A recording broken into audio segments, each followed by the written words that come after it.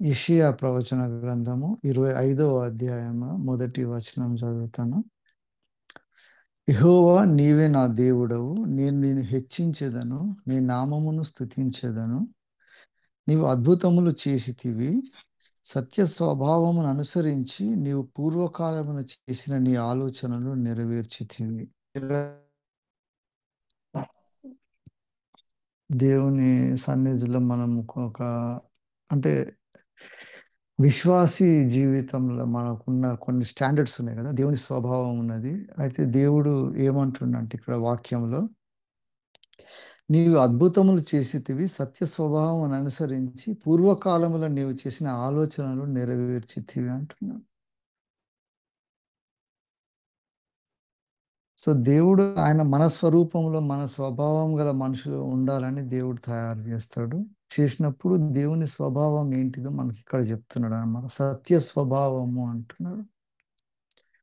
So దేవునికి ఉన్న స్వభావము మనకు రావాలని దేవుడు అంటున్నాడు అనమాట. అందుకని ఆ స్వభావము రావడానికి ఒక్కొక్కరు ఒక్కొక్క తల్లిదండ్రులకు పుడతారు కదా. మనం పుట్టినప్పుడు ఇప్పుడు మా జెనెటిక్స్ డెవలప్ అయినాక మనకు తెలుసు మన తల్లిదండ్రుల డిఎన్ఏ మన లోపల వస్తుంది. కాబట్టి వాళ్ళలాగానే మనం కొంతవరకు పోలిక కలిగి ఉంటాము. వాళ్ళ స్వభావం మనకు కొంత వస్తుంది. వాళ్ళు ఎట్లా రియాక్ట్ అవుతుండ్రు, వాళ్ళ వాళ్ళ నేచర్ మనకు వస్తుంది తల్లిదండ్రులది కదా. అట్లా దేవుడు కూడా ఏం చేస్తున్నంటే ఆయన స్వభావం మన లోపల రావాలని ఆయన ఆత్మతోటి మనల్ని నడిపిస్తున్నాడు అన్నమాట. అందుకని ఆత్మజన్మ ముఖ్యము అని అంటున్నాడు. ఆత్మ జన్మ లేకపోతే ఆయన ఆత్మ స్వభావం మన లోపలికి రాదనమాట. అయితే దేవుని స్వభావము సత్య స్వభావము మన దగ్గర, మన స్వభావము శరీర స్వభావం అంతా కూడా ఎప్పుడు, అందుకని మన హృదయంలో ఉన్న ఎటువంటిది అంటే ఎప్పుడు ఎల్లప్పుడూ కేవలం చెడ్డదే అయి ఉంటుంది అని అంటే, ఆ హృదయాన్ని శుద్ధి చేయడానికి దేవుడు అంటున్నమాట, నేను నా రక్తంతోటి తప్ప మీరు ఎప్పుడు నా స్వభావం ధరించలేరు అంట. అయితే ఉదయకాలంలో మనము దేవుని గురించి ఒక మిరకల్స్ ఎక్స్పెక్ట్ చేస్తాం కదా. ప్రతి ఒక్కరు ఇవాళ రేపు అసలు ఎక్కువ నడుస్తున్నది ఆ మినిస్ట్రీ కూడా. సో గొప్ప కార్యాలు అద్భుతాలు చేయడము చేస్తే చాలా పాపులర్ కావచ్చు అనమాట. షార్ట్ కట్ అనమాట అది. యేసయ్య కూడా 3.5 సంవత్సరాలే ఆయన ఈ లోకం మీద ఆయన పరిచర్య మొదలు పెట్టినప్పుడు. ఆ 3.5 సంవత్సరాలలో యేసయ్య పబ్లిక్ కావాలి, యేసయ్య పాపులర్ కావాలి, యేసయ్య కాంట్రవర్షియల్ అవుతాడు, తర్వాత యేసయ్యని సిలువకు అప్పగిస్తాడు. ఆ 3.5 సంవత్సరాలలో దేవుని స్వభావము పర్ఫెక్ట్గా యేసయ్య చూపిస్తాడు అక్కడ. అప్పుడు కొన్ని అద్భుత కార్యాలు చేస్తాడు, చేసి అంటాడు, పాతకాలంలో నా ఆలోచన ప్రకారం నేను ఏమేమి గొప్ప కార్యాలు చేసినో ఆ సత్య స్వభావమే నా కుమారుడు ఇప్పుడు మీ ముందులో ప్రదర్శిస్తుండని యేసయ్య అంటున్నాడు. అందుకని నేనే సత్యాన్ని అని యేసయ్య అంటాడు. పిలాతు దగ్గర పోయినప్పుడు పిలాతుకు అర్థం కాదు సత్యం అంటే ఏంది అని అడుగుతాడు. వాట్ ఈస్ ట్రూత్ అంటాడు. సో మామూలుగా మనం కూడా ఇప్పుడు మన బిహేవియర్, మన స్వభావము దేవుని స్వభావంలోకి మారాలి. దేవునికి ఉన్న ఇంకొక గొప్ప లక్షణం ఏంటంటే, అది పౌలు రాస్తాడు. పౌలు ఆల్మోస్ట్ ఆయన మినిస్ట్రీ అంతా కంప్లీట్ చేస్తున్నాక తిమోతి దగ్గర, తిమోతికి రాసుకుంటా ఒక స్టార్ట్లింగ్ రెవల్యూషన్ చేస్తాడు దేవుని గురించి. ఏం చేస్తాడంటే తిమోతి 2వ అధ్యాయంలో ఉంటుంది. ఏమంటుండంటే, మనము నమ్మదగని వారం అయినను అతడు నమ్మదగిన వాడు ఉండును, ఆయన తన స్వభావమునకు విరోధముగా ఏది చేయలేడు అంటున్నాడు. వాట్ గాడ్ కెనాట్ డూ అంటే he cannot deny his nature అన్నమాట. ఆయన స్వభావం నుండి బయటికి రాలేడు, అందుకే ఆయన దేవుడు. మనమేమో ఖచ్చితంగా దేవదూతల నుంచి మొదలు పెట్టుకుంటే మన స్వభావానికి మనం ప్రిజనర్స్ అయిపోయినాం కదా. మన స్వభావం ఎటువంటి స్వభావం ఉన్నదంటే దాని నుంచి మనము వేరే బయటికి రాలేకపోతాం. దేవుడు ఏం చేస్తున్నాడు, ఆయన కూడా ఆయన స్వభావంలోకి వెళ్ళి బయటికి రాడు, ఆయన స్వభావానికి విరుద్ధంగా ఏం చేయలేడు అంటున్నాడు. మనుషులను చేసినాక మనుషుల స్వభావం పాపముతోటి ఉన్నది. కానీ దేవుడు ఏమంటుండు, నా స్వభావం మీ లోపల రావాలన్నప్పుడు ఈ పాప స్వభావం అట్లనే ఉండి మనం కూడా దేవుడు నువ్వు కూడా నీ స్వభావానికి విరుద్ధంగా ఏం చేస్తలేవు కాబట్టి మేము కూడా మా స్వభావం ఇట్లనే ఉంది, మేము ఇట్లనే ఉంటాము అని ఉంటే, దట్ ఈస్ అక్కడ డిఫెక్ట్ వచ్చింది అన్నమాట. ఇప్పుడు ఎక్కువ మంది కూడా ప్రతి ఒక్కడు వాని మతంలోకి వెళ్ళి బయటికి రాకపోవడానికి కారణం ఏంటంటే సత్య స్వభావం అనేది వాళ్ళ లోపల డెవలప్ చేసుకున్నప్పుడు ఏమవుతుంది అంటే వాడు ఉన్న పరిస్థితిలో అదే కరెక్ట్, అట్లా ఉండడమే కరెక్ట్ అనే పాయింట్ మీద వచ్చి రిజిడ్గా ఉంటాడు అనమాట. మారరు. ఎంతో మంది బాప్తిసం పొందుతారు, క్రైస్తవులుగా చలామణి అవుతుంటారు, పాస్టర్లు కావచ్చు, రెవరెండ్ ఏమేమో అవుతుంటారు, కానీ వాని స్వభావాన్ని కొంచెం కూడా మార్చుకోవడానికి ఇష్టం ఉండదని అనమాట. దేవుడు ఏమంటుండంటే ఈ నా స్వభావము దేవదూతలకు కూడా రావాలని ట్రై చేస్తున్నా, కానీ వాడు స్వభావ రీతి అబద్ధికుడు కాబట్టి అని సైతాను పరిచయం చేసినప్పుడు అదే అంటాడు అన్నమాట. వాడు ఎప్పుడు కూడా వాడు అబద్ధాల జనకుడు, వాని స్వభావ రీత్యానే అట్లా చేస్తున్నాడు అంటాడు. సో ఇప్పుడు దేవుడు మనల్ని ఏం కోరుకుండంటే our nature should be so flexible that we should try to strive for perfection అన్నమాట. దేవుని స్వభావం రావడానికి ఇష్టపడేదే మనకు ఉండాల్సిన స్వభావం. అది దైవత్వానికి మనం దగ్గర తీసుకుపోతాం అన్నమాట. అందుకని క్రీస్తును పోలి నడుచుకోవాలి, క్రీస్తు స్వరూపంలోకి ఎదగాలి అని ఎందుకంటుండంటే ఆ స్వరూపం కొరకు మనం ఎదగడానికి ఇష్టపడాలి అన్నమాట. ఆ ఫ్లెక్సిబుల్ మైండ్ రావాలి. అందుకనే ఆ, నీ హార్ట్ని కూడా చేంజ్ చేస్తా అంటాడు. నీ ఈ రాతి గుండెని తీసి మాంసపు గుండెగా చేస్తాను ఎందుకంటాడంటే రాతి గుండెలో ఉన్నది ఏంటంటే అది డజంట్ వాంట్ టు చేంజ్ అన్నమాట. ఈ పారాడాక్స్ అర్థం చేసుకోవాలి. ఎప్పుడు సత్యము అసత్యం అనేది వచ్చినప్పుడు మన మైండ్ ఫ్లెక్సిబుల్గా లేకుంటే then we are following a part అనమాట. అదే సత్యానికి మనము నిలబడ్డప్పుడు అప్పుడు రాతి గుండె లాంటిది డెవలప్ చేయాలి. అది దేవునికి ఉన్న నేచర్ అనమాట. సీయోను కొండ నిత్యం కథలన్నీ సీయోను కొండలాగా ఉండాలంటాడు. రాతి మీదనే కట్టాలి, బండ మీదనే కట్టాలంటాడు. మన హృదయం మాత్రం ఎట్లుండాలంటే రాతిలాగా ఉండొద్దు, మాంసపు హృదయం ఉండాలి. నీకు ఆ మాంసపు హృదయం ఇస్తాను యెహెజ్కేలు గ్రంథం ఉంటుంది, అందరికి తెలుసు కదా అది. నూతన హృదయం మీకు ఇచ్చేదను, నూతన స్వభావము మీకు కలుగజేసేదని అంటుంది. ఇక్కడ అదే అనమాట బ్యూటీ. 36వ అధ్యాయం యెహెజ్కేలు 26, 25, 26, 27 వచనాలు ఉన్నది.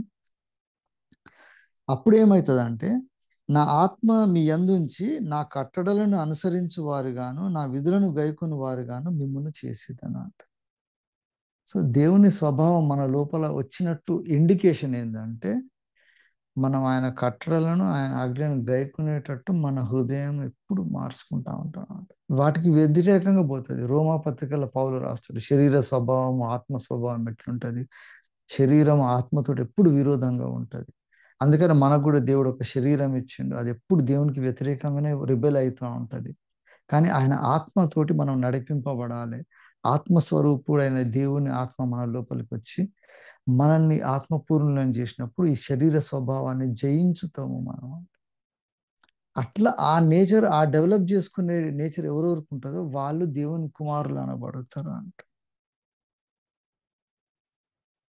అక్కడ మన హృదయాన్ని శుద్ధి చేసుకోవాలి. అందుకని హృదయ శుద్ధి గల వారే ధన్యులని. ప్రతిసారి కూడా మనము ఈ లోకంలో మనం చేసే ప్రతి పనిలో కూడా ఈ కాన్ఫ్లిక్ట్ వచ్చినప్పుడల్లా మనము రిజిడ్గా, ఎప్పుడు సత్యానికి రిజిడ్గా ఉండాలి, తర్వాత సత్యానికి విరోధమైన దానికి మనం ఎప్పుడు ఫ్లెక్సిబుల్గా ఉండి మన సత్యం దిక్కు వస్తూ ఉండాలన్నమాట.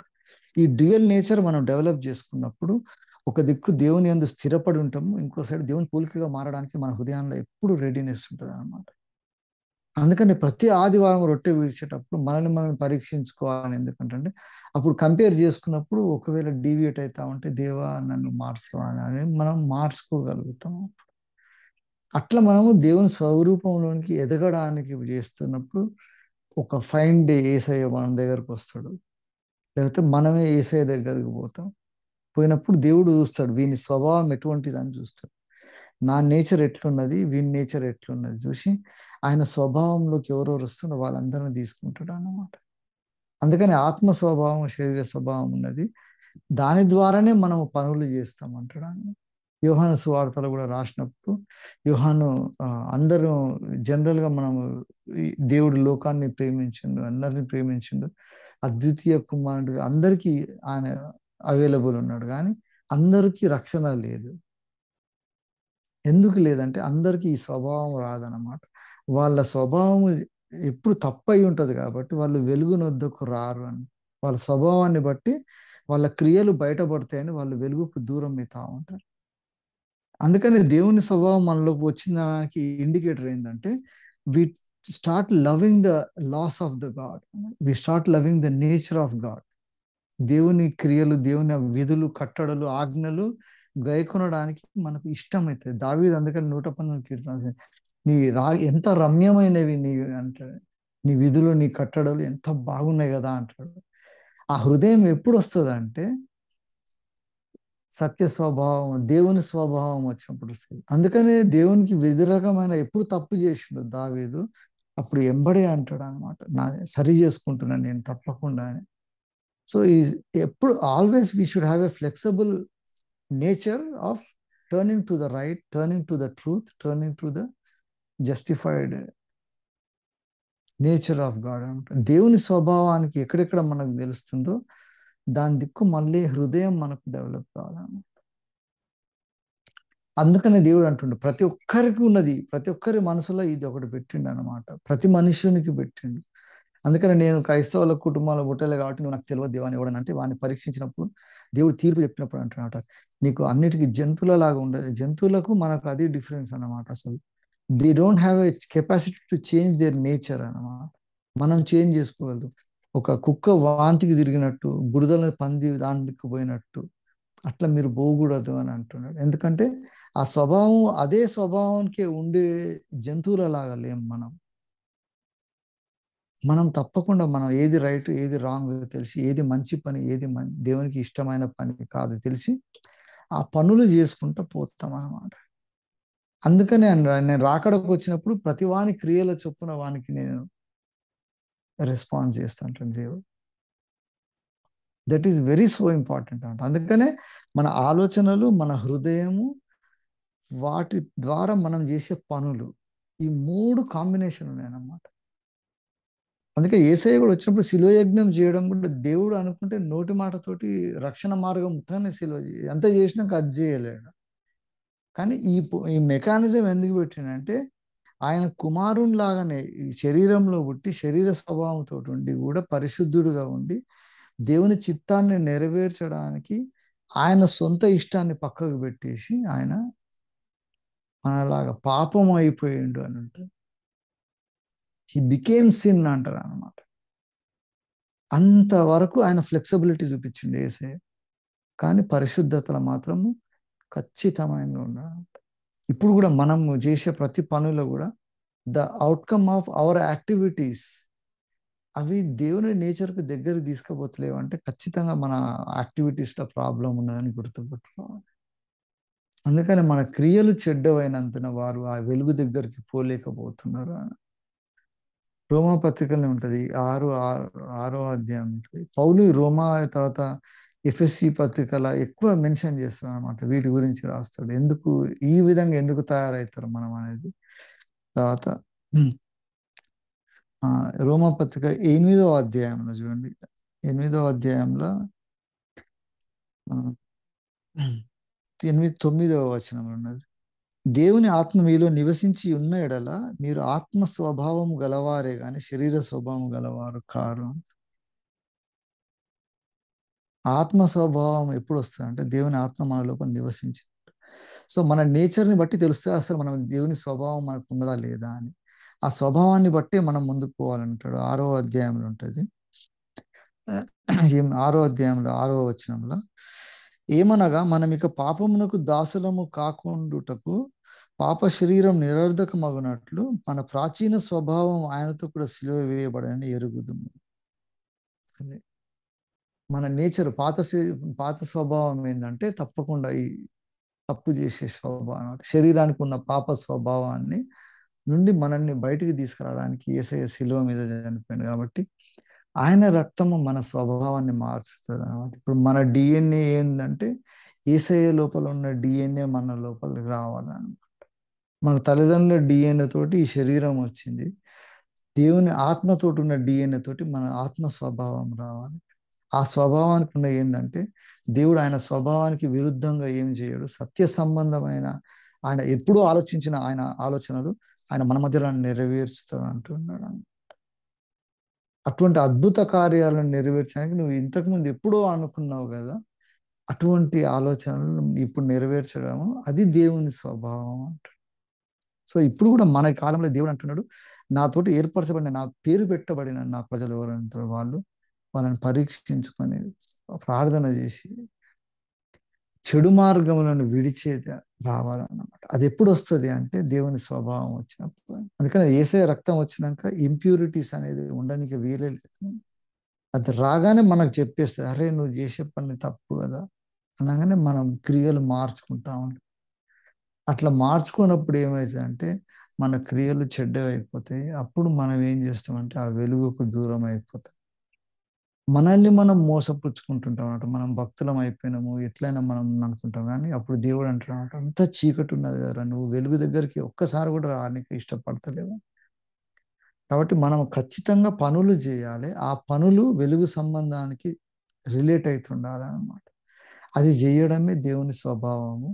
ఆ స్వభావం రావడానికి మనం మనసు ఎప్పుడు మార్చుకొని నూతన పరిచే స్వభావం ఇచ్చిండు ఆయన. అది ఎట్లయితుంది అంటే దేవుని ఆత్మ ద్వారా. ఆయన ఆత్మ మనకు ఎప్పుడు చెప్తా ఉంటుంది, ఈ రోజు ఇట్లా చేసినావు కదా, నువ్వు ఇట్లా నుంచి దేవునికి వ్యతిరేకంగా పోతున్నావు, జాగ్రత్త అని చెప్పగానే ఆ ఆత్మను ఆర్పేయకూడదు అంటాడు అనమాట. దాని ఆత్మను అట్లనే వెలిగించింది. ఆత్మతో ప్రతి చిన్న వాయిస్ని కూడా మనం కేర్ఫుల్గా తీసుకోవాలి. తీసుకున్నప్పుడు దేవుని ఆత్మతోటి చెప్పే ఇండికేషన్స్ అన్నిటితోటి మనకు అర్థమవుతుంది. అది ఎంత క్లియర్గా తెలుస్తుంది అంటే ఒకవేళ సైతాను ప్రేరేపిస్తుందా లేకపోతే దేవుని ఆత్మ ప్రేరేపిస్తుందా కనుక్కునే అంత ఈజీగా వచ్చేస్తుంది అనమాట. మనకి ఇట్లా చూడగానే అర్థమవుతుంది. ఆలోచన రాగానే సైతాన తెలివి తక్కువ, నువ్వు నాతో ఇటువంటి ఆలోచన తెస్తున్నావు, చల్ వెళ్ళిపోయి పక్కకు తీసుకుపోవాలి. అక్కడ మనం రిజిడ్గా ఉండాలి, అక్కడ మొండితనం చూపించాలి. దేవుని స్వభావం అదనమాట. ఏది నెగిటివ్ ఉంటుందో అది దేవుని లోపలికి నేరదు. పాపం నేరరు అని ఎందుకు అన్నారంటే ఆ డిస్క్రిప్షన్ మనకు వచ్చేస్తుంది, అలవాటు చేసుకుంటా ఉంటాం. దేవుని ఆత్మ ఎట్లా ఉంటుంది, దాని వాయిస్ ఎట్లా వస్తుంది, అవన్నీ మనకు తెలుస్తుంటుంది అనమాట. అప్పుడు మనం శోధనలను ఎదుర్కొంటాము, ప్రేరేపణలను యాక్సెప్ట్ చేస్తాం అనమాట. ఇంత మెచ్యూరిటీ మనం క్రిస్టియన్స్గా మనం ప్రతి విశ్వాసి లోపల వచ్చినప్పుడు ఏమవుతుందంటే ఆత్మ కలిగించే ఐక్యత వస్తుంది. అందుకే అంటున్నాడు, ఆత్మ కలిగించే ఐక్యత ఎప్పుడు వస్తుందంటే ఆ ఆత్మ ద్వారా ఎవరెవరు నడిపింపబడతారో వాళ్ళందరూ కనెక్ట్ అవుతా ఉంటారు ట్యూన్ చేసుకొని. అప్పుడు వాళ్ళందరూ కూడా ఒకటే దిక్కు వచ్చేస్తారు ఆటోమేటిక్. అట్లా రావడానికి సెగ్రిగేట్ చేస్తాడు అనమాట దేవుడు. అందుకనే అందరూ ఎర్ర సముద్రం దాటి వచ్చినాక కూడా మోసే దేవుని ద్వారా మోసే పోతా ఉంటే కోరహు వాళ్ళందరూ రివర్స్ వస్తారు అనమాట. వాళ్ళు కూడా లేవీలు ఉంటారు, వాళ్ళు కూడా దేవుడు అందరినీ ఒకలాగానే చూస్తాడు కదా, దేవుడు పరిశుద్ధి ఒక్క మోసతోటే నడిపిస్తాడు, అందరితో నడిపిస్తాడు కదా దేవుడు, అందరి పిల్లలం కదా ఆయన. కానీ వాళ్ళు ఒక లాజిక్ తీసుకొచ్చి దేవునికి వ్యతిరేకంగా పోతా ఉంటారు. అక్కడ దేవుడు పార్టిషన్ చేసేస్తాడు. ఆత్మ స్వభావం ఎవరెవరికి ఉన్నది, ఆ శరీర స్వభావం ఎవరికి ఉన్నది సపరేట్ చేసినప్పుడు దేవుడు తీర్పు తీర్చి మనకు ఒక ఇండికేటర్ లాగా చూపిస్తాడు.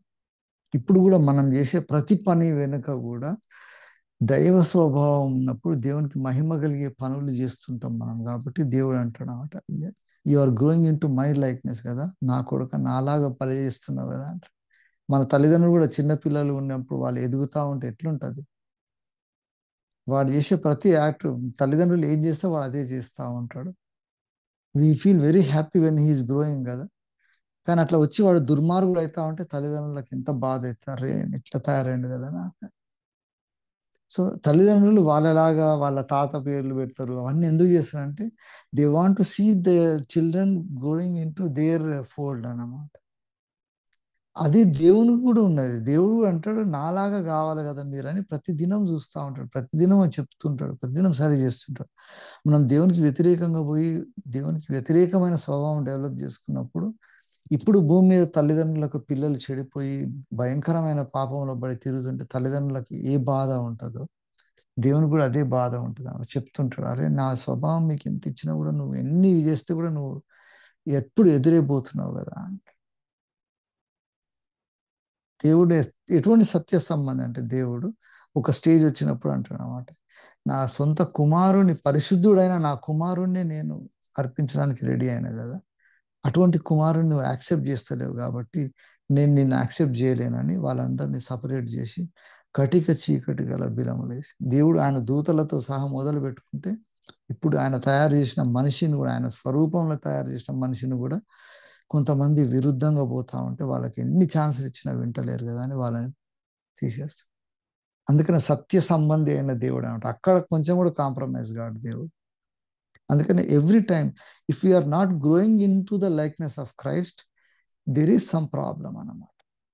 ఈ స్టేజ్ వచ్చినాక నేను ఇంతకంటే ఎక్కువ పరిశుద్ధిని ఉండొద్దులే, అవసరం లేదని అనుకున్నామంటే గ్యారంటీ సైతాను అక్కడ ట్రాప్ చేసినట్టే.